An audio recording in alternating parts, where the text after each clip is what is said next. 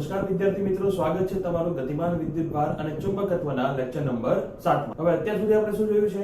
એમ્પિયરનો circuital નિયમ જોયો તો એનો ઉપયોગ આજે કરશું। પછી રિંગના કારણે ઉદ્ભવતું ચુંબકીય ક્ષેત્ર જોયું હતું, આ આકૃતિ યાદ છે ને? તો રિંગના કારણે ઉદ્ભવતા ચુંબકીય ક્ષેત્રનો પણ ઉપયોગ આપણે આજે કરવાનો છે। શેમાં ઉપયોગ કરવાનો છે? તો સોલેનોઇડમાં। હવે આ કંઈક નવું આવ્યું। સોલેનોઇડ એટલે શું? તો એ પણ એક ઇલેક્ટ્રોનિક ડિવાઇસ જ છે। ઇલેક્ટ્રોનિક ડિવાઇસ એટલે આગળ તમે અવરોધ જોયો તો ને, એને પણ શું કહેવાય? Electronic device. પછી કેપેસિટર જોયું હતું, આજે નંબર 3 કોણ છે? સોલેનોઇડ। જો વિદ્યુતમાં જે કામ કેપેસિટર કરતું હતું ને, એ જ કામ ચુંબકત્વમાં સોલેનોઇડ કરશે। કેમ? વિદ્યુતમાં શું કામ કરતું હતું? તો કેપેસિટરનું કામ શું હતું? વિદ્યુતભારને સંગ્રહ કરવાનું, આવી રીતે કંઈક। પણ ખરેખર એ વિદ્યુતભાર નહીં, એ ઊર્જાને સંગ્રહિત કરતું હતું। કઈ ઊર્જા? તો વિદ્યુત ઊર્જા। ફરીથી કેપેસિટર શું સંગ્રહિત કરે? તો વિદ્યુત ઊર્જા। કયા રૂપમાં સંગ્રહિત કરે? તો વિદ્યુત ક્ષેત્રના રૂપમાં ઊર્જા સંગ્રહિત કરે। ફરીથી કેપેસિટરનું કામ શું? તો વિદ્યુત ક્ષેત્રના રૂપમાં ઊર્જાને સંગ્રહિત કરવાનું, અને જ્યારે પણ જરૂર પડે ત્યારે એ ઊર્જાને રિલીઝ પણ કરી શકે। એવી રીતે સોલેનોઇડનું કામ શું છે? ઊર્જાને સંગ્રહિત કરવાનું। પણ કઈ ઊર્જા? તો ચુંબકીય ઊર્જાને સંગ્રહિત કરવાનું। કયા રૂપમાં સંગ્રહિત કરશે? તો એ ચુંબકીય ક્ષેત્રના રૂપમાં ઊર્જાને સંગ્રહિત કરશે। સમજાય છે? અહીંયા શું હતું? વિદ્યુત ક્ષેત્ર, અહીંયા શું આવશે? ચુંબકીય ક્ષેત્ર। તો આ છે સોલેનોઇડ। સોલેનોઇડનો ઉપયોગ શું? તો જૂના ટેલિવિઝન જે આવતા હતા ને, ડબ્બા જેવા ટેલિવિઝન આવતા હતા, એમાં પણ સોલેનોઇડનો ઉપયોગ થતો હતો। શા માટે? ચુંબકીય ક્ષેત્ર ઉત્પન્ન કરવા માટે। તો ચુંબકીય ક્ષેત્ર ઉત્પન્ન કરવા માટે પણ આપણે સોલેનોઇડ કે ટોરોઇડનો ઉપયોગ કરશું। ટોરોઇડ એટલે સોલેનોઇડ પછીનો ટોપિક। એ પણ સોલેનોઇડ જ છે, પણ આ સોલેનોઇડને આમ બેન્ડ કરીને અહીંયા વાળી દેવાનું, એ આવી રીતે કંઈક। આ શું થઈ ગયું? મેંદુવડા જેવું કંઈક થઈ ગયું। એની ઉપર આપણે આવી રીતે જો વાયર વીટેલો હોય તો એને શું કહેવાય? ટોરોઇડ। તો ટોરોઇડ પણ સોલેનોઇડનો જ એક પ્રકાર છે। ઓકે, તો એ આપણે પછી જોઈશું। અત્યારે સોલેનોઇડની વાત કરીએ તો સવાલ એમ પૂછાય કે સોલેનોઇડ એટલે શું અને એનું ચુંબકીય ક્ષેત્ર સમજાવો। સોલેનોઇડ એટલે શું? એમાં ઉદ્ભવતું ચુંબકીય ક્ષેત્ર સમજાવો। તો પહેલા તો સોલેનોઇડની વ્યાખ્યા આપણે કરી લઈએ। સોલેનોઇડ એટલે શું? કે નળાકાર ઉપર પાસ પાસે વીટેલા વિદ્યુત પ્રવાહ આધારિત તારનું ગૂંચળું। ઓકે, ફરીથી એક નળાકાર લેવાનો, ધારો કે આ છે નળાકાર। એ નળાકાર ઉપર આપણે વાયરને વીંટવાનો, અને વીંટવાનો કેવી રીતે? કે એના આંટા એકદમ પાસ પાસે હોય, જેટલા બને એટલા નજીક હોય। હવે એક બીજી વાત, ધારો કે આ છે નળાકાર, એમાં તમે આમ આંટા વીંટો છો, તો આ બે આંટા વચ્ચે કંઈક અંતર છે ખરું? હા। હવે આપણે એને પાસ પાસે એટલે એના આંટા એકદમ નજીક નજીક છે। આ તો આપણે ખાલી ચોખ્ખું દેખાય એટલા માટે આવી રીતે દોરેલું છે। તો જો પાસ પાસે આંટા હોય, ધારો કે આ એક આંટો છે આવી રીતે કંઈક, અને આ બીજો આંટો છે આવી રીતે કંઈક, એને જો તમે પાસ પાસે જોડેલા હોય તો શું થશે? વિદ્યુત પ્રવાહ આમ વહેવાને બદલે આ તારથી ડાયરેક્ટ આ તાર ઉપર આવી જશે। સમજાય છે? અહીંયા જો આ બે આંટા ટચ થઈ જાય તો વિદ્યુત પ્રવાહ અહીંયાથી આમ ઉપર જવાને બદલે અહીંથી ડાયરેક્ટ જમ્પ મારીને બીજા આંટા ઉપર જતો રહેશે। મતલબ તાર ઉપર વહેવાને બદલે વિદ્યુત પ્રવાહ આમ નળાકારની દિશામાં વહેવાનું ચાલુ કરશે। તો આપણો જે કંઈ પણ પર્પસ હતો એ તો પૂરો થઈ ગયો। આપણે વિદ્યુત પ્રવાહને આ વર્તુળાકાર ગતિમાં વહેવડાવવાનો છે। તો શું કરશું? તો આ જે તાર છે ને, એની ઉપર ઇનેમલનું પડ ચડાવી દેવાનું। ઇનેમલ એટલે શું? એક પ્રકારનું અવાહક। તાર ઉપર આપણે અવાહક પડ ચડાવી દેવાનું, એટલે શું થાય? કે તારથી તાર વિદ્યુત પ્રવાહ વહે નહીં, વિદ્યુત પ્રવાહ તારની દિશામાં જ આગળ વધે। આટલું સમજાઈ ગયું? તો આ છે આપણો સોલેનોઇડ। આ એને નળાકાર ઉપર આપણે એને વીટેલો છે। નળાકારનું મટીરીયલ કયું લેવાનું એ અત્યારે આપણે ચર્ચાનો વિષય નથી। એ પણ આપણે જોઈશું કે કયું મટીરીયલ વાપરીએ તો વધારે ફાયદો થાય, એનું ડિસ્કશન કરવાની જરૂર નથી, એ આપણે જોઈશું આગળના ચેપ્ટરમાં। તો હવે આપણે એનું ચુંબકત્વ સમજાવવાનું છે। તો ચુંબકત્વને સમજતા પહેલા આપણે એક સિંગલ રિંગનું ચુંબકત્વ સમજી લઈએ। જો કે એકવાર આપણે જોઈ જ ગયા છીએ, પણ હા, કેમ સિંગલ રિંગનું ચુંબકત્વ? તો જો તમે આ આંટાને એકદમ પાસ પાસે વીંટાળો તો દરેક આંટો એક વર્તુળાકાર આંટાની જેમ વર્તે કે નહીં? હે ને? જો આંટા દૂર દૂર હોય, ધારો કે આવી રીતે કંઈક આંટા છે, તો આને તમે વર્તુળાકાર કહી શકો નહીં। કેમ? કારણ કે આંટા દૂર દૂર છે। પણ આંટા એકદમ નજીક નજીક હોય તો પછી એને તમે એકદમ વર્તુળાકારની જેમ ડીલ કરી શકો। હે ને? તો અહીંયા આપણે દરેક આટાને વર્તુળાકાર ધારીશું. શરત શું છે કે જો આટા એકદમ પાસે હોય તો, આટા એકદમ છૂટા થઈ જાય તો પછી તમે એને વર્તુળાકાર ધારી શકો નહીં. આ સ્પ્રિંગ જેવું જ છે ને, સ્પ્રિંગ પાસે હોય તો એના આટા કેવા લાગે? વર્તુળાકાર. જો સ્પ્રિંગને ખેંચીને લાંબી કરી નાખો તો પછી એના આટા વર્તુળાકાર લાગે નહીં. સેમ કેસ આપણે અહીંયા લેવાનો છે.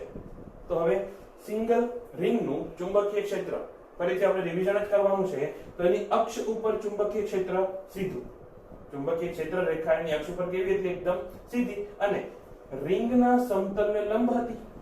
હે? પછી જેમ જેમ તમે દૂર જાઓ, મતલબ જેમ જો તમે આ અક્ષની ઉપર આવો તો કોના બાપાનું રાજ ચાલતું હતું? તો આ ભાઈનું, મતલબ જે ભાગ નજીક હોય એનું ચુંબકીય ક્ષેત્ર વધારે પ્રબળ હોય તો અહીંયા ચુંબકીય ક્ષેત્ર આવી રીતે કંઈક થોડુંક બેન્ડ થઈ જતું હતું, અને જો નીચે આવો તો ચુંબકીય ક્ષેત્ર આવી રીતે કંઈક બેન્ડ થઈ જતું હતું. આ તો યાદ છે બધાને? હે?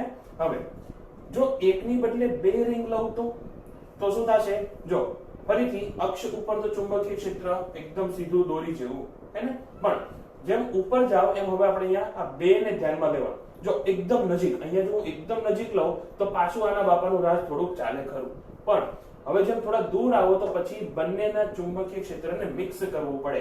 મતલબ ધારો કે અહીંયા બીજી કોઈ રિંગ હોય તો અહીંયા પણ એક આમ ચુંબકીય ક્ષેત્ર રેખા મળે, પણ ચુંબકીય ક્ષેત્ર રેખા અહીંયા જો બે છેદે છે ને, હે? જેમ વિદ્યુત ક્ષેત્રમાં વિદ્યુતની ક્ષેત્ર રેખા ક્યારેય પણ છેદતી નહોતી, યાદ છે આવું કઈ?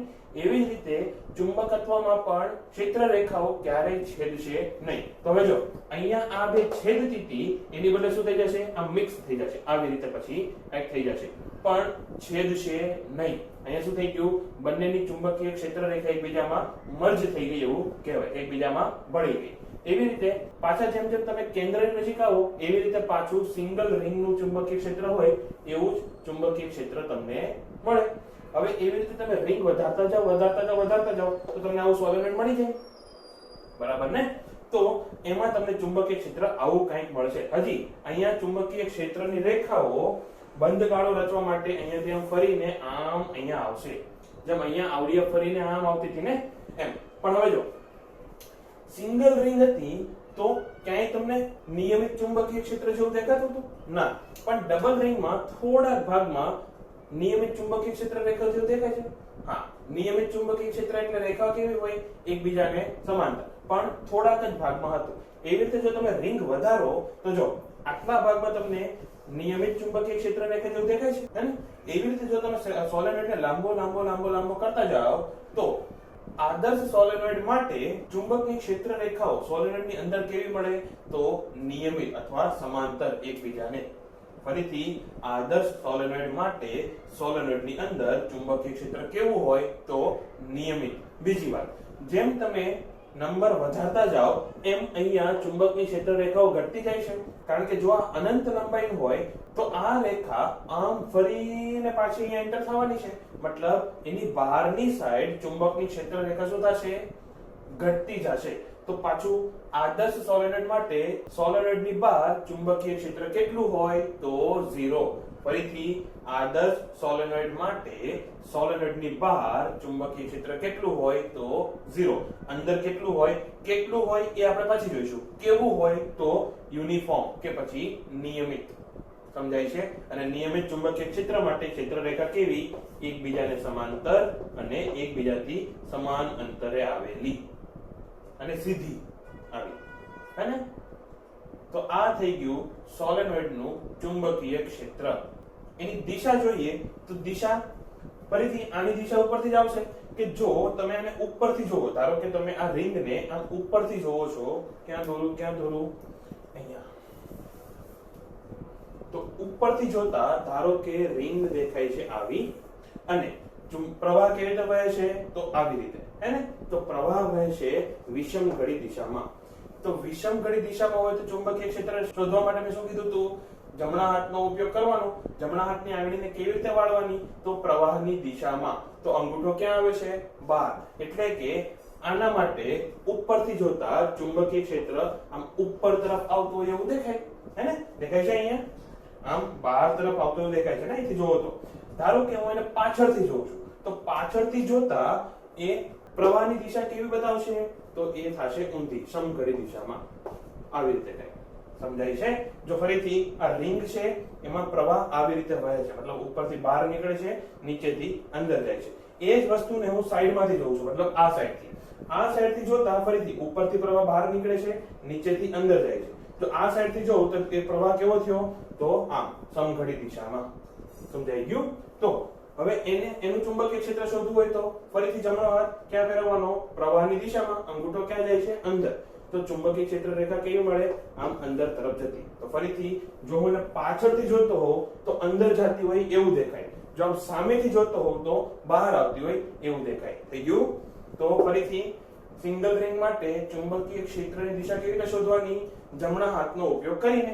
જમણા હાથની આંગળીને કેમ વળવાની? તો પ્રવાહની દિશામાં. તો એવી જ રીતે સોલેનોઇડ માટે પણ અહીંયા જો સોલેનોઇડનો પ્રવાહ કેવી રીતે વહે છે? તો આમ દેખાય છે, અહીંયાથી એન્ટર થાય છે, પછી આમ આમ આમ આગળ વધે છે, ફરીથી ઉપરથી આમ બહાર નીકળે છે, નીચેથી આમ અંદર જાય છે. તો આવી રીતે પ્રવાહ વહે છે. તો ફરીથી આંગળીને ફેરવો, ક્યાં ફરશે? આમ ઉપરથી બહાર આવે છે ને, તો ઉપરથી આંગળી આમ બહાર આવશે અને નીચેથી આમ અંદર જશે. તો અંગૂઠો કેવી રીતે રહ્યો? અંગૂઠો આવે છે મારી તરફ, મતલબ અહીંયા ચુંબકીય ક્ષેત્રની દિશા કેવી છે? આવી રીતે. સમજાઈ ગયું? તો આ આકૃતિ દોરવી હોય તો દોરી લો, બાકી પીડીએફ તો હું મોકલવાનો જ છું. તો હવે એક સાઈડમાં નોટ કે બોક્સ બનાવીને પાછું લખવાનું છે આદર્શ સોલેનોઇડનું વર્ણન. આ એમસીક્યુ કે 1 માર્ક માટે. તો આદર્શ સોલેનોઇડ માટે ફરીથી એની લંબાઈ કેટલી હોય? અનંત. અને એની ત્રિજ્યા કેટલી હોય? તો કે 0. પણ ક્યારે? આદર્શ સોલેનોઇડ માટે. પણ ખરેખર આદર્શ સોલેનોઇડ મળે ખરું? ના. તો ખરેખર આપણે કેવું સોલેનોઇડ વાપરીએ છીએ કે જેની લંબાઈ એની ત્રિજ્યાની સાપેક્ષમાં ખૂબ જ મોટી હોય, અથવા કે જેની ત્રિજ્યા એની લંબાઈની સાપેક્ષે અવગણ્ય હોય. ફરીથી વ્યવહારમાં વપરાતું સોલેનોઇડ કેવું હોય કે જેની ત્રિજ્યા એની લંબાઈની સરખામણીએ અવગણ્ય હોય, અથવા લંબાઈ ત્રિજ્યાની સરખામણીએ ખૂબ જ મોટી હોય. ધારો કે આ વ્યાસ છે 1 સેન્ટીમીટર, ઓકે, એકદમ પતલો, અને લંબાઈ છે 1 મીટર, કે ચાલો 50 સેન્ટીમીટર પણ, તો એ પણ અહીંયા એક આદર્શ સોલેનોઇડ તરીકે જ વધશે.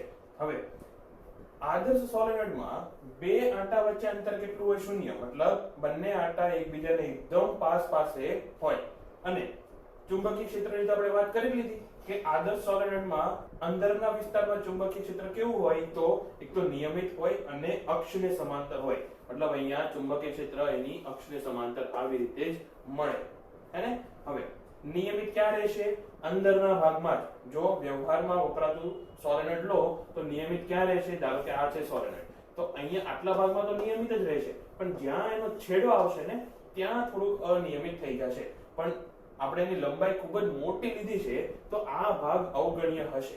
ફરીથી લંબાઈ ખૂબ જ મોટી છે એટલે આ જે અનિયમિત ચુંબકીય ક્ષેત્રવાળો ભાગ છે ને એની લંબાઈ અવગણ્ય હશે. તો આદર્શ સોલેનોઇડ માટે તો એના કઈ છેડા જ નહીં આવે, આમ પણ અનંત, અમારી પાછળ પણ અનંત, તો એના છેડા જ ન આવે તો અનિયમિત ચુંબકીય ક્ષેત્ર જેવું પણ આવશે નહીં. અને સોલેનોઇડની બહાર ચુંબકીય ક્ષેત્ર કેવું?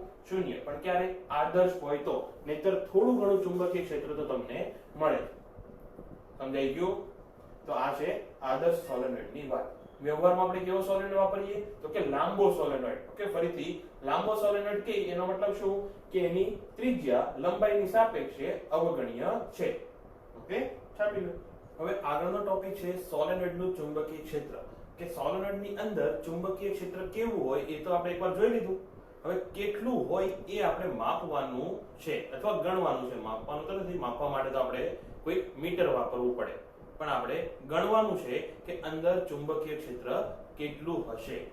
તો પહેલા તો આ આકૃતિ દોરવાની, પછી આકૃતિનું વિવરણ કરવાનું. પરીક્ષાની વાત કરું છું, પરીક્ષામાં પહેલા આકૃતિ દોરો, પછી આકૃતિનું વિવરણ કરો. તો આકૃતિમાં એક આદર્શ સોલેનોઇડનો લંબાઈને સમાંતર એક આડછેદ દર્શાવેલો છે. એટલે કે આ એક આખો નળાકાર જ છે, પણ નળાકારને આપણે લંબાઈને સમાંતર કાપી નાખ્યો, પછી એનો આડછેદનું અવલોકન આપણે કરીએ છીએ. તો હવે જો સોલેનોઇડની અંદર જો આદર્શ હોય તો ચુંબકીય ક્ષેત્ર કેવું હતું? તો નિયમિત, એકબીજાને સમાંતર રેખાઓ દેખાય છે ને, તો ચુંબકીય ક્ષેત્ર કેવું છે? નિયમિત, હે ને? બીજી વાત, એની બહારની સાઈડ ચુંબકીય ક્ષેત્ર કેટલું છે? તો 0. હવે પ્રવાહ આમાં કેવી રીતે વહે છે? તો જો આ ડોટ અને ક્રોસ શું છે? તો ડોટ એટલે પ્રવાહ બહાર આવે છે, ક્રોસ એટલે પ્રવાહ અંદર જાય છે. એટલે કે આમાં પ્રવાહ આવી રીતે કંઈક વહે છે. સમજાય છે? પ્રવાહ કેવી રીતે વહે છે? આમ ઉપરથી બહાર આવે અને નીચેથી અંદર જાય. તો ચુંબકીય ક્ષેત્ર કેવી રીતે મળે? તો આંગળીને પણ આપણે પ્રવાહની દિશામાં ફેરવવાની. તો અંગૂઠો ક્યાં આવ્યો? મારી તરફ. મતલબ આ થઈ ગઈ ચુંબકીય ક્ષેત્રની દિશા. તો આટલું વિવરણ પેલા કરી દેવાનું. અને હા, આ પણ કહી દેવાનું કે ડોટ અને ક્રોસ શું છે. કે બહાર આવતા પ્રવાહ ડોટ વડે દર્શાવેલા છે અને અંદર જતા પ્રવાહ ક્રોસ વડે દર્શાવેલા છે. પછી આપણે એકમ લંબાઈ દીઠ આટાની સંખ્યા ગણવાની છે. સંખ્યાઓની સંખ્યા. ઓકે, આપણે એકમ લંબાઈ દીઠ આટાની સંખ્યા ધારો કે n છે. ઓકે, હવે જો ધારો કે 50 છે. એકમ લંબાઈ દીઠ આટાની સંખ્યા કેટલી છે? 50. તો 1 મીટર લંબાઈમાં કેટલા આટા હોય? ધારો કે આટલો ભાગ છે 1 મીટરનો, અહીંયાથી આટલો. જો આટલો ભાગ 1 મીટર હોય તો આટાની સંખ્યા કેટલી થાય? 50. જો એમ કહું કે એકમ લંબાઈ દીઠ આટાની સંખ્યા 50 છે તો 1 મીટરમાં આટા કેટલા? 50. અડધા મીટરમાં 25. 2 મીટર કહું તો 100. 1.5 મીટર કહું તો 75. હવે આ તો સમજાય છે ને? તો હું એમ કહું કે જો આ લંબાઈ L હોય, કે આટલી લંબાઈ ધારો કે L છે, તો L લંબાઈમાં આટાની સંખ્યા કેટલી થાય? તો એકમ લંબાઈ દીઠ આટાની સંખ્યા અને લંબાઈને ગુણી લેવાનું. તો આ થઈ ગઈ આટાની સંખ્યા. આ શું છે? આ છે n. n શું છે? L લંબાઈમાં રહેલા કુલ આટાની સંખ્યા. હે ને? આનો આપણે ઉપયોગ કરવાનો છે. આ ધ્યાનથી સમજજો. ફરીથી એકમ લંબાઈ દીઠ કેટલા આટા છે? n. તો L લંબાઈમાં કેટલા આટા હોય? તો n ગુણ્યા L. ઓકે, તો આ થઈ ગઈ એકમ લંબાઈ દીઠ આટાની વાત. હવે ચુંબકીય ક્ષેત્ર શોધવું છે. ચુંબકીય ક્ષેત્ર શોધવા માટે આપણે એમ્પિયરના સર્કિટલ નિયમનો ઉપયોગ કરવાનો છે. કઈ રીતે કરશો? એમ્પિયરના સર્કિટલ નિયમમાં સૌથી પહેલા શું લેવું પડે? તો એક એમ્પિયરનું ગૂંચળું લેવું પડે. તો ધારો કે હું આ એમ્પિયરનું ગૂંચળું આવી રીતે કંઈક લઉં છું. ચોરસ ગૂંચળું અથવા લંબચોરસ ગૂંચળું. ચોરસ નહીં, લંબચોરસ ગૂંચળું. કેવું છે? અડધું અંદર છે, અડધું બહાર છે અને એની દિશા હું આવી કંઈક લઈ લઉં. એ આમ વિષમઘડી દિશામાં. ગૂંચળાની દિશા મેં કેવી લીધી છે? ગૂંચળું નહીં, ગાળો. સોરી, ગૂંચળું નહીં, ગાળો. એમ્પિયરનો ગાળો આપણે લેવાનો છે. તો ગાળાની દિશા આપણે લીધી છે વિષમઘડી દિશામાં. ઓકે, હવે જો આ ગાળાને કહી દો A, B, B અહીંયા નહીં, અહીંયા. ગાળાની દિશામાં જે ABCD લઈ લઈએ. તો ગાળાની દિશા છે આવી કઈ ABCD. હેને? હવે શું હતો એમ્પિયરનો સર્કિટલ નિયમ? યાદ કરો જરા, મગજ પર આપો જોર. યાદ છે? તો એમ્પિયરનો સર્કિટલ નિયમ હતો કે ગાળા ઉપર સંકલન. કોનું સંકલન? તો કે ચુંબકીય ક્ષેત્ર અને ગાળાની લંબાઈનું સંકલન અને ડોટ પ્રોડક્ટ. હેને? એ કોના બરાબર થતું હતું? તો કે μ0 ગુણ્યા સિગ્મા i. સિગ્મા i શું છે? સિગ્મા i છે ગાળાએ કવર કરેલો વિદ્યુત પ્રવાહ. મતલબ ગાળાની અંદર કેટલો વિદ્યુત પ્રવાહ આવ્યો એ આપણે ગણવાનું છે. તો આ હતું સૂત્ર. હવે આ સંકલનને હું આગળ તોડી શકું. તોડવાનું કઈ રીતે? કે એમાં જે dl લો ને એની લંબાઈ તમને સુરેખ મળે. ફરીથી dl જેટલું સુરેખ હોય ત્યાં સુધી તમે તોડી શકો. ગાઉસના નિયમમાં પણ આવું જ કરતા હતા કે જો તમારી પાસે કોઈ બંધ સપાટી હોય તો એમાં આપણે નાના નાના ભાગમાં કેવી રીતે તોડતા હતા કે જ્યાં સુધી તમને એક સમતલ સપાટી ન મળે. અહીંયા આપણે એને કેવી રીતે તોડવાની? કે જ્યાં સુધી તમને એક સીધી રેખા ન મળે. તો એવા કેટલા ટુકડા થાય? અહીંયા 4 ટુકડા. AB, BC, CD અને DA. 4 ટુકડા થાય ને? તો એ સંકલનને આપણે 4 ભાગમાં તોડીએ. તો હું લખી શકું સંકલન પહેલા A થી B, સંકલન AB. હવે જો અહીંયા રિંગ આવશે નહીં. આ રિંગ શું કામ હતી? કે આપણે A થી A આખા ગાળા ઉપર સંકલન લેતા હતા. અહીંયા આપણે સંકલન ક્યાંથી ક્યાં લેવાનું છે? A થી B જેટલું જ. તો હવે અહીંયા રિંગ આવશે નહીં. તો A થી B, B ડોટ dl વત્તા સંકલન B થી C, ફરીથી B ડોટ dl વત્તા C થી D, B ડોટ dl વત્તા ક્યાં લખું? અહીંયા સંકલન D થી A,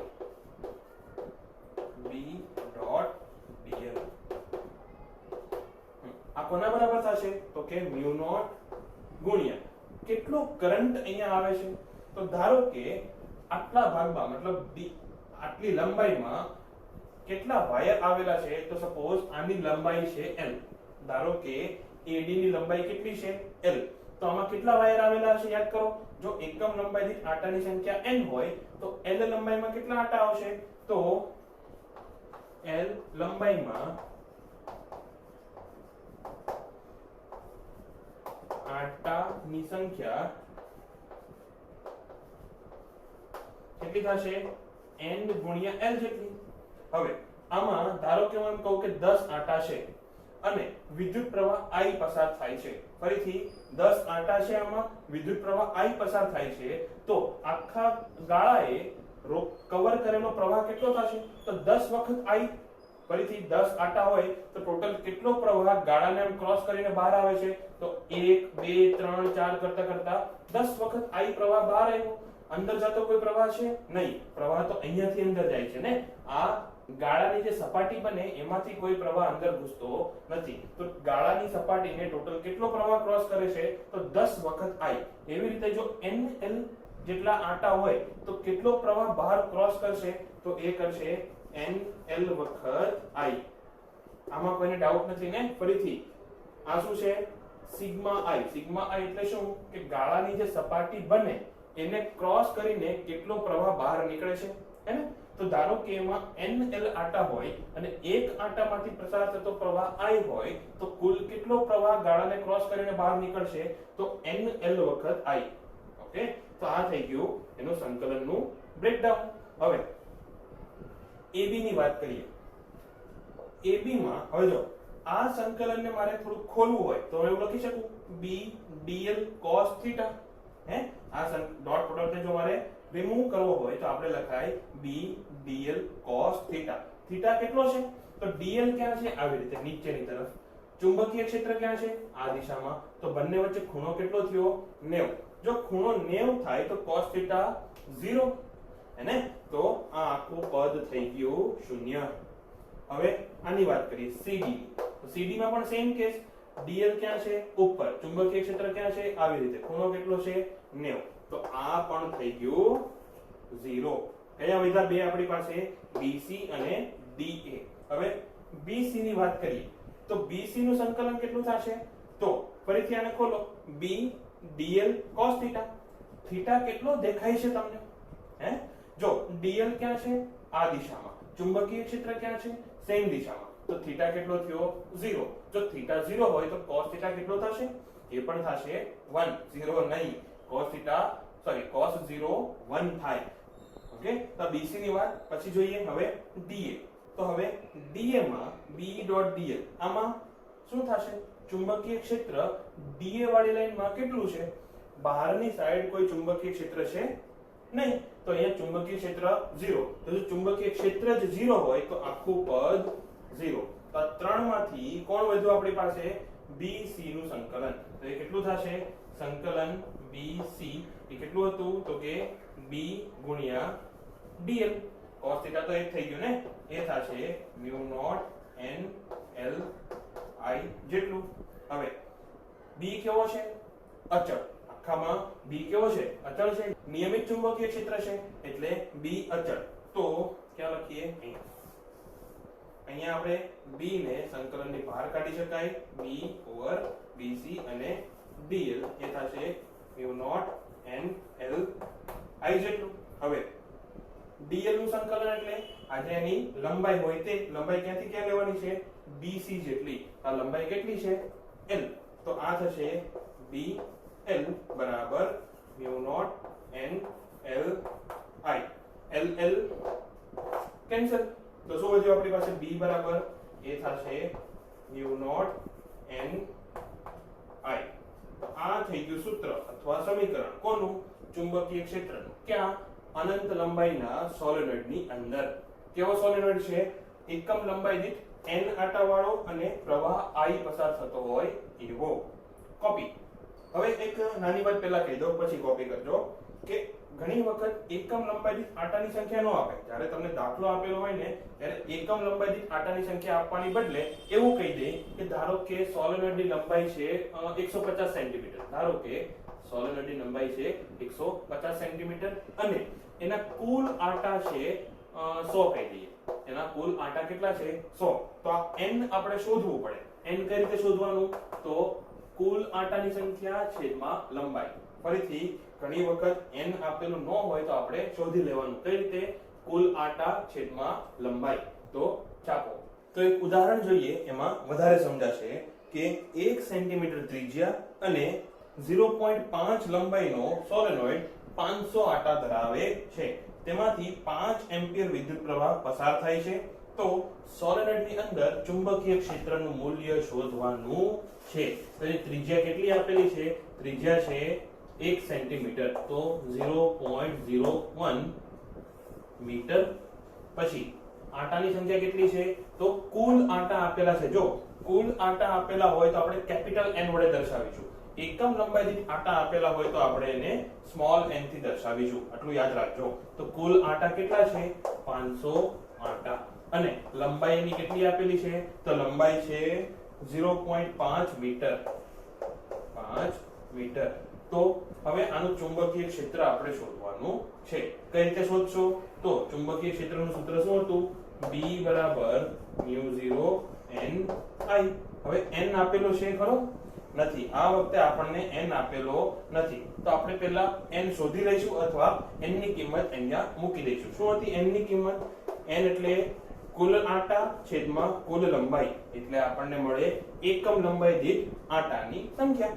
તો અહીંયા આપણે મૂકી દઈએ μ0 કેપિટલ N I છેદમાં l. બનો આત્મનિર્ભર અને શોધો. હું ડાયરેક્ટ મૂકી દઉં છું એનો જવાબ અને એ થશે અહીંયા આપેલો છે 6.28 ગુણ્યા 10⁻³ ટેસ્લા. યુનિટ ભૂલતા નહીં. એકમ વગર જવાબમાંથી 1 માર્ક ઉડી જશે. હવે આગળનો ટોપિક છે આપણો ટોરોઇડ. હવે ટોરોઇડ એટલે કોઈ નવું ડિવાઇસ નથી. એ પણ સોલેનોઇડ નો થોડુંક એડવાન્સ વર્ઝન છે. જો સોલેનોઇડ મ્યુઝિકલી હોય તો ટોરોઇડ ટિકટોક છે. એટલો જ ફરક છે. જાજો ફરક નથી. ફરક શું છે કે સોલેનોઇડ કેવું હતું? લાંબા નળાકાર જેવું. હવે અહીંયા શું કર્યું? એ નળાકારના બે છેડાને એકબીજા સાથે જોડી દીધા અને વર્તુળ જેવો આકાર આપી દીધો. એટલે શું થઈ ગયું? ટોરોઇડ. અને એમાં પણ આપણે એકમ લંબાઈ દીઠ આટા ને એ બધું ગણવાનું છે. હવે આમાં બોલો, હું એમ કહું કે એકમ લંબાઈ દીઠ આટા n છે અને ટોરોઇડ ની ત્રિજ્યા, ધારો કે આ સરેરાશ ત્રિજ્યા લઈએ, ધારો કે સરેરાશ ત્રિજ્યા છે r. ફરીથી એકમ લંબાઈ દીઠ આટાની સંખ્યા r છે, ટોરોઇડ ની ત્રિજ્યા r. ઊંધું બોલાઈ ગયું. એકમ લંબાઈ દીઠ આટાની સંખ્યા n છે, ટોરોઇડ ની ત્રિજ્યા r છે. તો કુલ આટાની સંખ્યા કેટલી થશે? તો ફરીથી કુલ આટાની સંખ્યા એટલે એકમ લંબાઈ દીઠ આટાની સંખ્યા ગુણ્યા લંબાઈ. હવે બોલો આની લંબાઈ કેટલી હશે? તો પરિઘ જેટલી. પરિઘ એટલે કેટલો? n ગુણ્યા 2πr. ઓકે. તો ટોરોઇડમાં જો એકમ લંબાઈ દીઠ આટાની સંખ્યા અને ત્રિજ્યા આપેલી હોય તો કુલ આટા આપણે શોધી શકાય. આદર્શ સોલેનોઇડમાં શોધી શકાય નહીં. કેમ? કારણ કે એમાં અનંત લંબાઈ હોય. તો L અનંત હોય તો આટા પણ અનંત થઈ જાય. તો એમાં તો આપણે એકમ લંબાઈ દીઠ આટાની સંખ્યાથી જ કામ ચલાવવું પડે. હા, સોલેનોઇડની અમુક લંબાઈ આપેલી હોય, જેમ આગલા દાખલામાં આપેલી હતી કે 50 સેન્ટીમીટર, તો પછી તમે શોધી શકો. તો આ બધી થઈ ગઈ એક્સ્ટ્રા વાત. હવે આવીએ ટોરોઇડ ઉપર. તો ટોરોઇડની વ્યાખ્યા એટલે શું? તો કે પોલી નળાકાર રિંગ ઉપર વીટેલા તારના ગૂંચળાને શું કહેવાય? ટોરોઇડ. ફરીથી પોલી નળાકાર રિંગ ઉપર પાસે વીટેલા તારના ગૂંચળાને શું કહેવાય? ટોરોઇડ. અને એમાં વિદ્યુત પ્રવાહ ધારો કે I વહે છે, તો I કેવી રીતે વહે છે? આમ ગોળ ગોળ ગોળ ગોળ ગોળ ગોળ ફરતો ફરતો પાછો અહીંયાથી ઉપર નીકળી જશે. મતલબ આ બેની વચ્ચે કંઈક બેટરી જેવું કંઈક લગાવેલું હશે. તો એમાં પણ ચુંબકીય ક્ષેત્ર બનવાનું. આ બધા આટા એક વર્તુળાકાર રિંગની જેમ જ વર્તવાના ને, તો એમાં પણ ચુંબકીય ક્ષેત્ર બને. અને કેવી રીતે બને? તો કે રિંગને સમાંતર, સમાંતર તો ન કહેવાય પણ સમકેન્દ્રીય વર્તુળો બનાવશે. ઓકે. ફરીથી ચુંબકીય ક્ષેત્ર અંદર શું કરશે? સમકેન્દ્રીય વર્તુળો બનાવશે. શું આવા ચુંબકીય ક્ષેત્રને હું નિયમિત ચુંબકીય ક્ષેત્ર કહી શકું? તો કે ના. કેમ એવું? ચુંબકીય ક્ષેત્ર નિયમિત ક્યારે કહેવાય કે એનું મૂલ્ય અને દિશા બંને સમાન હોય. બધા જ બિંદુ ઉપર મૂલ્ય અને દિશા સમાન હોય તો એને કેવું ક્ષેત્ર કહેવાય? નિયમિત ક્ષેત્ર. અહીંયા મૂલ્ય સમાન હશે, બધા જ બિંદુ ઉપર ચુંબકીય ક્ષેત્રનું મૂલ્ય કેવું હશે? સમાન, પરંતુ એની દિશા હંમેશા બદલાતી રહેશે. વર્તુળાકાર એની રેખાઓ બનશે. એટલે કે અહીંયા ચુંબકીય ક્ષેત્રનું મૂલ્ય અચળ હશે, પરંતુ નિયમિત ક્ષેત્ર કહી શકાય નહીં. આવું એમસીક્યુ માટે યાદ રાખજો. કયું વાક્ય સાચું છે, કયું ખોટું છે, એ ટાઈપના સવાલમાં આવું પૂછી શકાય કે ટોરોઇડ ની અંદર ચુંબકીય ક્ષેત્ર નિયમિત હોય. બોલો સાચું કે ખોટું? તો ખોટું. ઓકે, પછી તો આ થઈ ગઈ ટોરોઇડ ની બેસિક વાત. બધું પીડીએફ માં લખેલું જ હશે. ટોરોઇડ કોને કહેવાય? પોલીનળાકાર રિંગ. એક આ મેંદુ વડા જેવું દેખાય છે, તો હવે મેંદુ વડા જેવા સ્ટ્રક્ચર ઉપર જો આપણે તાર વીટેલો હોય તો એને શું કહેવાય? ટોરોઇડ. ઓકે, પછી એની અંદર ચુંબકીય ક્ષેત્રનું મૂલ્ય આપણે શોધવાની કોશિશ કરીએ. ફરીથી આ આકૃતિ જોવાની છે. એની અંદર આપણે શું શોધવું છે? ચુંબકીય ક્ષેત્રનું મૂલ્ય. ચુંબકીય ક્ષેત્રનું મૂલ્ય અચળ હશે, પણ કેટલું હશે એ આપણને ખબર નથી. તો ફરીથી ધારો કે આ ટોરોઇડનો એક આડછેદ આપેલો છે. એમાંથી ફરીથી ડોટ એટલે શું? વિદ્યુત પ્રવાહ બહાર નીકળે છે. ક્રોસ એટલે શું? વિદ્યુત પ્રવાહ અંદર જાય છે. તો પ્રવાહ કેવી રીતે વહે છે? આમ. ઓકે, અહીંયા બહારની સાઈડ થી બહાર નીકળશે અને અંદરની જે સાઈડ છે એમાં અંદર ઘૂસી જાય. તો આવી રીતે વિદ્યુત પ્રવાહ વહે છે. ત્રણ બિંદુ ઉપર આપણે ચુંબકીય ક્ષેત્ર શોધવાનું છે. કયા ત્રણ બિંદુ? એક તો આ અંદરનો ખાલી ભાગ, આવો ભાગ. એટલે આને અંદર બે ભાગ મળે. એક તો પોલી રિંગ ની અંદરનો ભાગ અને એકદમ અંદરનો ખાલી ભાગ. તો પહેલા તો પોઈન્ટ 1 ક્યાં છે? અંદરના ખાલી ભાગ પર. પોઈન્ટ 2 ક્યાં છે? અંદરનો ભાગ પણ રિંગ ની અંદર. આ થઈ ગયો પોઈન્ટ 2. અને પોઈન્ટ 3 ક્યાં છે? તો એકદમ બહાર. ફરીથી ત્રણ બિંદુ ઉપર આપણે વિદ્યુત ક્ષેત્ર શોધવું છે. એક છે અંદરનો ખાલી ભાગ, બીજો ટોરોઇડની પોલી રિંગની અંદરનો ભાગ અને ત્રીજું એકદમ બહારની સાઈડ. ઓકે, તો શું કરવાનું? ચુંબકીય ક્ષેત્ર શોધવા માટે કોને લાવવું પડશે? તો એમ્પિયરને બોલાવવો પડશે. એમ્પિયરનો આપણે સર્કિટલ નિયમ વાપરવાનો છે. તો હવે જો પોઈન્ટ 1 માટે આપણે એક એમ્પિયરનો ગાળો ધારી લઈએ. આવો કે આ ગાળો કેવો છે? તો ટોરોઇડ સાથે સમકેન્દ્રીય અને પોઈન્ટ 1 માંથી પસાર થતો ગાળો. ફરીથી કેવો છે ગાળો? પોઈન્ટ 1 માંથી પસાર થતો અને ટોરોઇડ સાથે સમકેન્દ્રીય. તો એના માટે જો એમ્પિયરનો નિયમ હું લગાવું તો ધારો કે ચુંબકીય ક્ષેત્ર છે B ડોટ dl બરાબર થશે μ0 ગુણ્યા સિગ્મા i. સિગ્મા i શું છે? તો કે ગાળાની સપાટીને ક્રોસ કરતો વિદ્યુત પ્રવાહ. બોલો આમાં કેટલો વિદ્યુત પ્રવાહ પસાર થાય છે?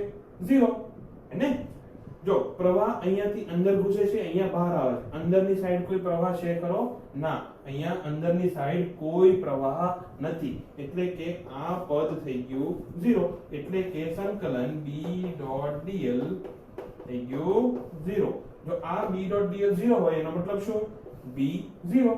કેમ એવું? ફરીથી B અચળ હશે. કેમ અચળ? તો સમમિતિ પ્રમાણે B અચળ કહેવાય. કેમ? આખા વર્તુળ પ્રમાણે ધારો કે ચલો એક સમજાય તો સમમિતિનો મતલબ આ છે પોઈન્ટ 1. હવે આ પોઈન્ટ 1 ધારો કે છે r1 જેટલા અંતરે, કેન્દ્રથી r1 જેટલા અંતરે. હવે આ પોઈન્ટ 1 અહીંયાની બદલે અહીંયા લઈ લો તો હવે કઈ ફરક પડશે ખરો? ના. પોઈન્ટ 1 અહીંયા હોય કે અહીંયા હોય, ટોરોઇડ માટે તો સરખો જ છે ને. તો અહીંયા પણ જેટલું ચુંબકીય ક્ષેત્ર હોય એટલું જ અહીંયા ચુંબકીય ક્ષેત્ર હોય. એવી રીતે r1 જેટલા અંતરે બધા જ બિંદુ ઉપર ચુંબકીય ક્ષેત્ર કેવું હશે? સમાન. તો ચુંબકીય ક્ષેત્રને આપણે અચળ ધારી શકીએ. તો સંકલન dl કેવું થયું? 0. એટલે કે b કેવું થાય? 0. dl નું સંકલન તો 0 થશે જ નહીં ને. dl નું સંકલન કેટલું થાય? 2 પાઈ r1 જેટલું. તો એ તો 0 થશે નહીં. એટલે કે b 0. ફરીથી અંદરના વિસ્તારમાં ચુંબકીય ક્ષેત્ર કેવું છે? 0. હવે જોઈએ બહારના વિસ્તારમાં શું થાય છે. તો ફરીથી બહારના વિસ્તાર માટે ચુંબક એક એમ્પિયરનો ગાળો ધારી લો. બહારના વિસ્તાર માટે એમ્પિયરનો ગાળો કેવો આવશે? તો ફરીથી પોઈન્ટ નંબર 3 માંથી પસાર થતું અને ટોરોઇડ સાથે સમકેન્દ્રીય એવો એમ્પિયરનો ગાળો આવશે. હવે બોલો અહીંયા કેટલો પ્રવાહ પસાર થાય છે? પસાર મતલબ આ જે ગાળાનું સમતલ બને એમાંથી કેટલો પ્રવાહ ટોટલ પાસ થાય છે? તો જો એકવાર આપણે આ ટપકા ગણી લઈએ. 1 2 3 4 5 6 7 8 9 10 11 12 13. અહીંયા 1 2 3 4 5 6 7 8 9 10 11 12 13 વધી ગયું. ફરીથી 1 2 3 4 5 6 7 8 9 10 11 12 13 14. તો અહીંયા એક વધાર દો. મારે થોડી ભૂલ થઈ ગઈ દોરવામાં. કેમ? કારણ કે જેટલો પ્રવાહ બહાર નીકળે એટલો જ પ્રવાહ અંદર જશે ને. એવું તો નથી કે તાર અહીંથી બહાર નીકળી ગયો. જે કંઈ પણ પ્રવાહ અહીંથી બહાર નીકળશે એટલો જ પ્રવાહ અહીંયા અંદર જશે. તો ટોટલ જેટલો પ્રવાહ બહાર નીકળ્યો એટલો જ પ્રવાહ અંદર ગયો. નેટ પ્રવાહ કેટલો વધ્યો? 0. આ સમતલમાંથી ટોટલ પ્રવાહ કેટલો પસાર થાય છે? 0. ધારો કે અહીંયા કેટલો છે પ્રવાહ છે? ધારો કે I. તો 14I જેટલો પ્રવાહ બહાર આવે છે અને એટલો જ પ્રવાહ 14I જેટલો પ્રવાહ અંદર જાય છે. તો ટોટલ પ્રવાહ કેટલો છે? 0. ફરીથી જો ટોટલ પ્રવાહ 0 હોય તો ચુંબકીય ક્ષેત્ર કેવું થાય? 0. તો એક જ વાક્યમાં લખી નાખવાનું કે ટોરોઇડના અંદરના ખાલી ભાગમાં અને ટોરોઇડના બહારના ભાગમાં ચુંબકીય ક્ષેત્ર કેટલું હોય? 0. અને કેવી રીતે તમે માપ્યું? તો એમ્પિયરના સર્કિટલ નિયમનો ઉપયોગ કરીને. હવે વાત કરીએ પોઈન્ટ નંબર 2 ની. તો ફરીથી શું કરવાનું આપણે? એમ્પિયરનું ગુચડું નહીં ગાળો લેવાનો. એમ્પિયરનો ગાળો લેવાનો. કેવો? પોઈન્ટ નંબર 2 માંથી પસાર થતો અને ટોરોઇડ સાથે સમકેન્દ્રીય. તો ગાળો લીધો. હવે જો 14I જેટલા પ્રવાહ અંદર જાય છે. ધારો કે વિદ્યુત પ્રવાહ I હોય તો 14I જેટલા પ્રવાહ આ સમતલ મતલબ જે આ ગાળાનું સમતલ બને એને ક્રોસ કરીને અંદર જાય છે. એકઈ પ્રવાહ માયનો લા લેવો છે કે બહાર આવતો હોય? ના. કેમ? કારણ કે બહાર આવતા પ્રવાહ એ આ સમતલને ક્રોસ કરીને બહાર નથી આવતા, સાઈડમાંથી બહાર આવે છે. આમ ને સમજાય છે? ફરીથી 14I જેટલા સમતલને પ્રવાહ ક્રોસ કરીને અંદર જાય છે પણ એકઈ પ્રવાહ બહાર આવતો નથી. તો ટોટલ આને ક્રોસ કરીને અંદર જતો પ્રવાહ કેટલો થયો? 14I. હવે 14 તો તમે અહીંયા ગણી લીધા એટલે.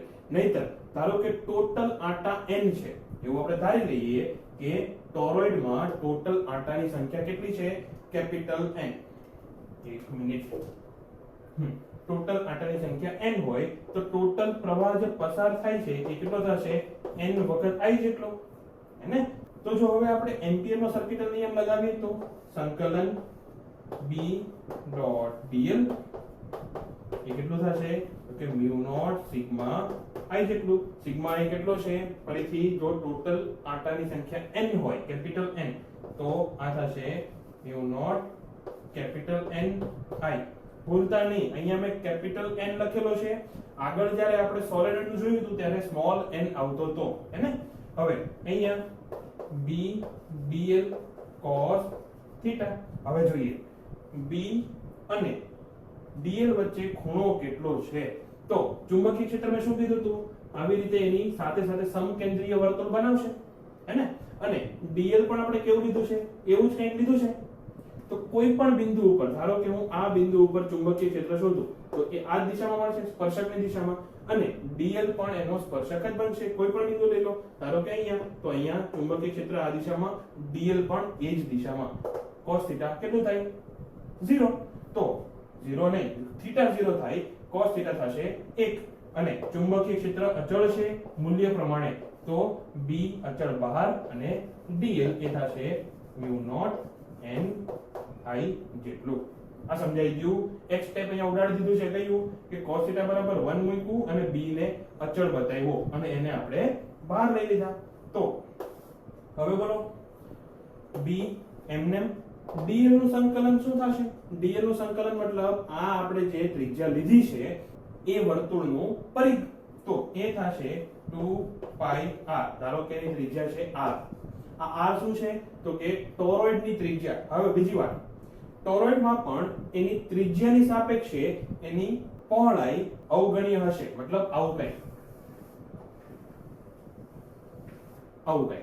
તો અંદરની ત્રિજ્યા અને બહારની ત્રિજ્યા વચ્ચે જાજો ફરક હશે નહીં. તો આપણે એની સરેરાશ ત્રિજ્યા ધારી લેવાની. તો એ ધારો કે છે 2πr. તો એ થશે મ્યુ નોટ એન આઈ. તો b કેટલું થયું? એ થશે મ્યુ નોટ, શું કેન્સલ થશે? કંઈ એન આઈ છેદમાં 2 પાઈ r. હવે જો n ના છેદમાં 2 પાઈ r આ ભાઈને ક્યાંય જોયા છે? n ના છેદમાં 2 પાઈ r એટલે શું? એટલે એકમ લંબાઈ દીઠ આટાની સંખ્યા. કેમ એવું? 2 પાઈ r એટલે શું? એનો પરિઘ. તો ટોટલ આટા n હોય, પરિઘ 2 પાઈ r હોય, તો એકમ લંબાઈ દીઠ આટા કેટલા થાય? n બરાબર થશે n ના છેદમાં 2 પાઈ r. તો એ મૂકો અહીંયા, એ થશે મ્યુ નોટ n i. તો સોલેનોઇડ હોય કે ટોરોઇડ હોય, અંદરના વિસ્તારમાં ચુંબકીય ક્ષેત્ર કેટલું? મ્યુ નોટ n i જેટલું. ત્યાં n કેવો લેવાનો? કેપિટલ કે small? Small n. Small n શું છે? એકમ લંબાઈ દીઠ આટાની સંખ્યા. આમાં કઈ છાપવા જેવું તો છે નહીં, બધું આપેલું છે, તો પણ જો છાપવું હોય તો છાપો. ચલો રેડી. હવે જો તમને બે વસ્તુ ખબર છે. એક કે જો કોઈ વિદ્યુત પ્રવાહ ધારિત તારમાંથી પ્રવાહ પસાર થતો હોય તો એના કારણે ચુંબકીય ક્ષેત્ર ઉત્પન્ન થાય, હે ને? અને જો કોઈ વિદ્યુત પ્રવાહ ધારિત તારને તમે ચુંબકીય ક્ષેત્રમાં મૂકો તો એની ઉપર બળ લાગે. ફરીથી કે પ્રવાહ પસાર થતો હોય તો ચુંબકીય ક્ષેત્ર ઉત્પન્ન થાય, અને જો પ્રવાહને આપણે ચુંબકીય ક્ષેત્રમાં મૂકીએ તો એની ઉપર કંઈક બળ લાગે. હવે આ બે કોન્સેપ્ટને મિક્સ કરીને નવો કોન્સેપ્ટ જોવાનો છે કે બે સમાંતર વિદ્યુત પ્રવાહ વચ્ચે લાગતું બળ આપણે શોધશું. ફરીથી બે સમાંતર વિદ્યુત પ્રવાહ વચ્ચે લાગતું બળ શોધવાનું છે. તો ધારો કે આપણી પાસે બે વિદ્યુત પ્રવાહ ધારિત તાર છે, એકનું નામ A, બીજાનું નામ B. હવે એમાં પ્રવાહ પસાર થાય છે સમાંતર, એક જ દિશામાં, હે ને? પછી બંને વચ્ચે અંતર છે d, અને આ કેવું છે? લંબ અંતર. ફરીથી બે વિદ્યુત પ્રવાહ ધારિત તાર છે, એમાંથી સમાન વિદ્યુત પ્રવાહ પસાર થાય છે, બંને વચ્ચેનું લંબ અંતર કેટલું છે? તો સ્મોલ d. હવે મારે શોધવું છે FBA. FBA એટલે શું? Force on B due to A. ફરીથી ફોર્સ કોની ઉપર? B ઉપર. કોના કારણે? A ના કારણે. એના કારણે B પર લાગતું બળ, એટલે આપણે કેવી રીતે દર્શાવવાનું? FBA. ગુજરાતીમાં બોલશો તો એવું લખાશે કે FAB, હે ને? એના કારણે B ઉપર લાગતું બળ, પણ આ થશે ખોટું, એટલે ઇંગ્લિશમાં બોલવાનું કે force on B due to A. એટલે શું? A ના કારણે B ઉપર લાગતું બળ. હવે જો હું એમ કહી દઉં કે અહીંયા ચુંબકીય ક્ષેત્ર છે BA. BA એટલે શું? ક્યાં? આ બિંદુ ઉપર, ઓકે? કે જ્યાં B તાર છે ત્યાં ચુંબકીય ક્ષેત્ર છે BA. આ કોના કારણે હશે? આના કારણે. A ના કારણે ને. એટલે આપણે કીધું BA ચુંબકીય ક્ષેત્ર કોના કારણે? A ના કારણે. આ B એટલે આ B નહીં, ચુંબકીય ક્ષેત્ર વાળો B. તો જો અહીંયા ચુંબકીય ક્ષેત્ર B હોય તો force on B due to A કેટલો થશે? તો એ થશે ILB. હવે અને sin θ શું છે? I. કયો I લેવાનો? તો કે B માંથી પસાર થતો કરંટ. ફરીથી ચલો ભૂલી જાવ A ને. અહીંયા કઈ ચુંબકીય ક્ષેત્ર B છે, BA છે. ચુંબકીય ક્ષેત્ર અહીંયા કેટલું છે? BA. A નું કામ શું છે? અહીંયા ચુંબકીય ક્ષેત્ર ઉત્પન્ન કરવાનું, એ કરી દીધું. હવે આને ભૂલી જાવ. તો જો ચુંબકીય ક્ષેત્ર BA હોય તો આવા વિદ્યુત પ્રવાહ ધારિત તાર ઉપર કેટલું બળ લાગે? તો આમાં કેટલો પ્રવાહ પસાર થાય છે? IB જેટલો. તો IB. L એટલે શું લેવાનું? તો કે એકમ લંબાઈ લઈ લઈએ. ધારો કે આટલી લંબાઈ કેટલી છે? L.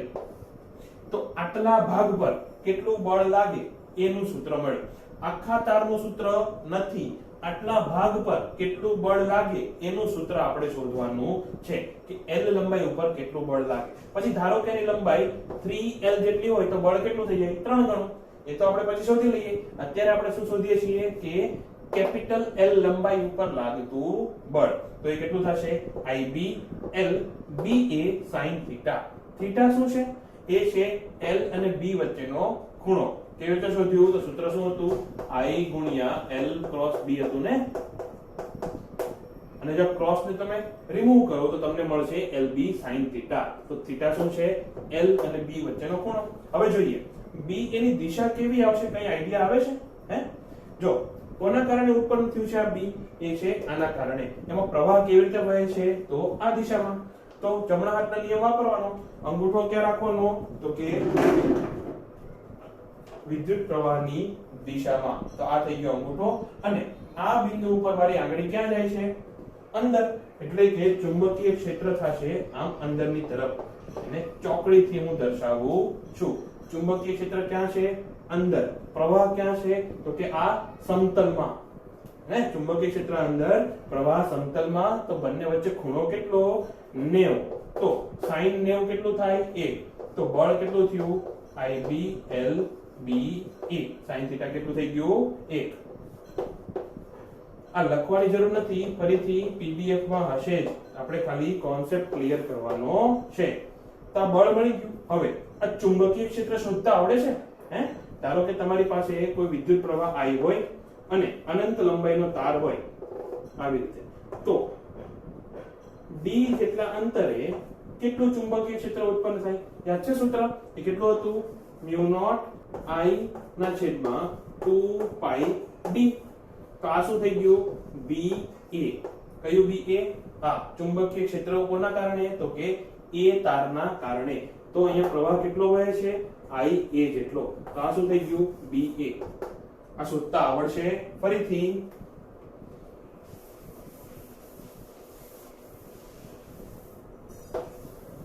ફરીથી તો કે A ના કારણે D જેટલા અંતરે, લંબ અંતરે ઉદ્ભવતું ચુંબકીય ક્ષેત્ર BA કેટલું થાય? તો કે μ0 IA. કેમ IA? કારણ કે A ના કારણે છેદમાં 2 pi જે કંઈ પણ અંતર હોય એ.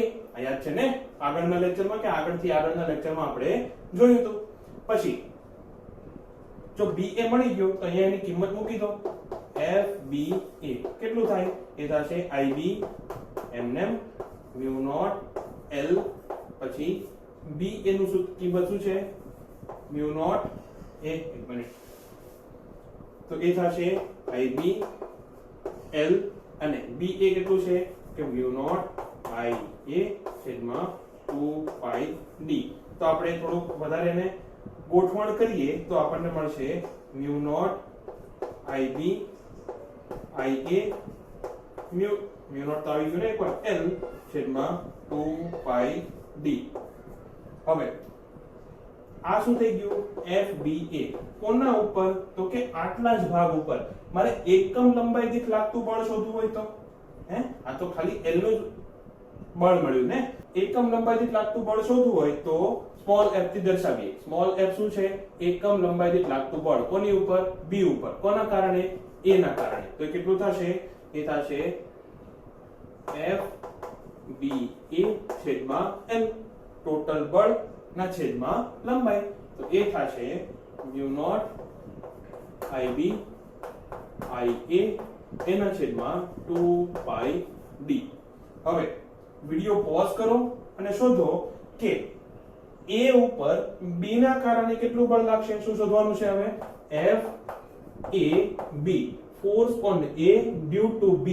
એ શોધવા માટે શું કરવાનું? તો B નું ચુંબકીય ક્ષેત્ર શોધવું પડશે. ક્યાં? A ઉપર. કેટલા અંતરે? તો D જેટલા લંબ અંતરે. તો BB કેટલું થશે? શું છે BB? તો કે B ના કારણે ઉદ્ભવતું ચુંબકીય ક્ષેત્ર. તો એ થશે μ0 IB ના છેદમાં 2 pi d.